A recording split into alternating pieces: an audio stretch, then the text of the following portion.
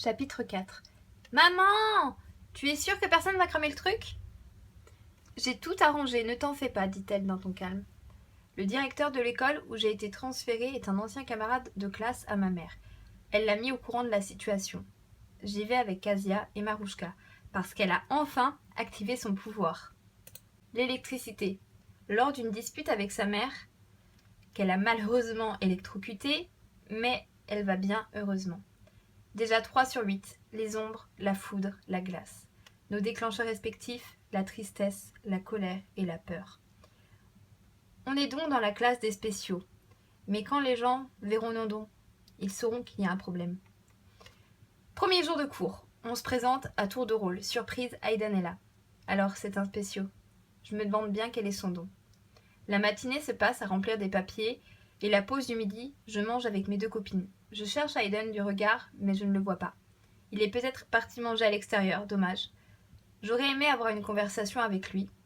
Je trouve ça fou que seulement 2 mois après s'être tiré dessus, il soit déjà sur pied. On finit par retourner en cours, mais franchement rien d'intéressant. Je fais le chemin du retour avec Kasia. On parle de notre première journée. Elle a repéré un garçon mignon, dont j'ai oublié le nom. Ce qui me rassure, on n'a pas du tout les mêmes goûts niveau mec. La fin de journée se passe plutôt calmement. Je mange avec mes parents et le soir je vais directement me coucher parce que mine de rien, reprendre le rythme, c'est dur quand même. Le lendemain, je me sens motivée. Je sais qu'on va aborder la théorie sur nos pouvoirs. Mais arrivé en cours, les problèmes se gâtent. Le prof commence à faire des groupes pour la pratique, c'est-à-dire nos entraînements, selon lui par rapport à nos dons.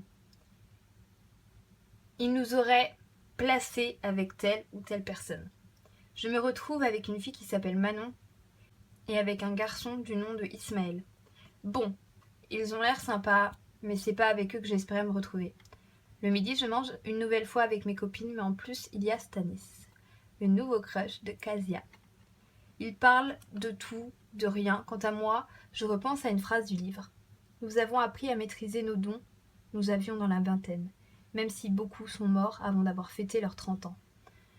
J'en soupire de désespoir. Avant de retourner en cours, une nouvelle fois, je n'ai pas aperçu Aiden. J'espère le voir cet après-midi pour lui poser mes interrogations. On commence l'entraînement par la défense, mais pour éviter de se blesser, les projectiles sont des balles en mousse. Bien sûr, comme je ne suis pas douée, j'arrive à en arrêter aucune. Quelle déception quand je vois que les autres réussissent haut la main cet exercice. J'essaye de voir où sont mes amis.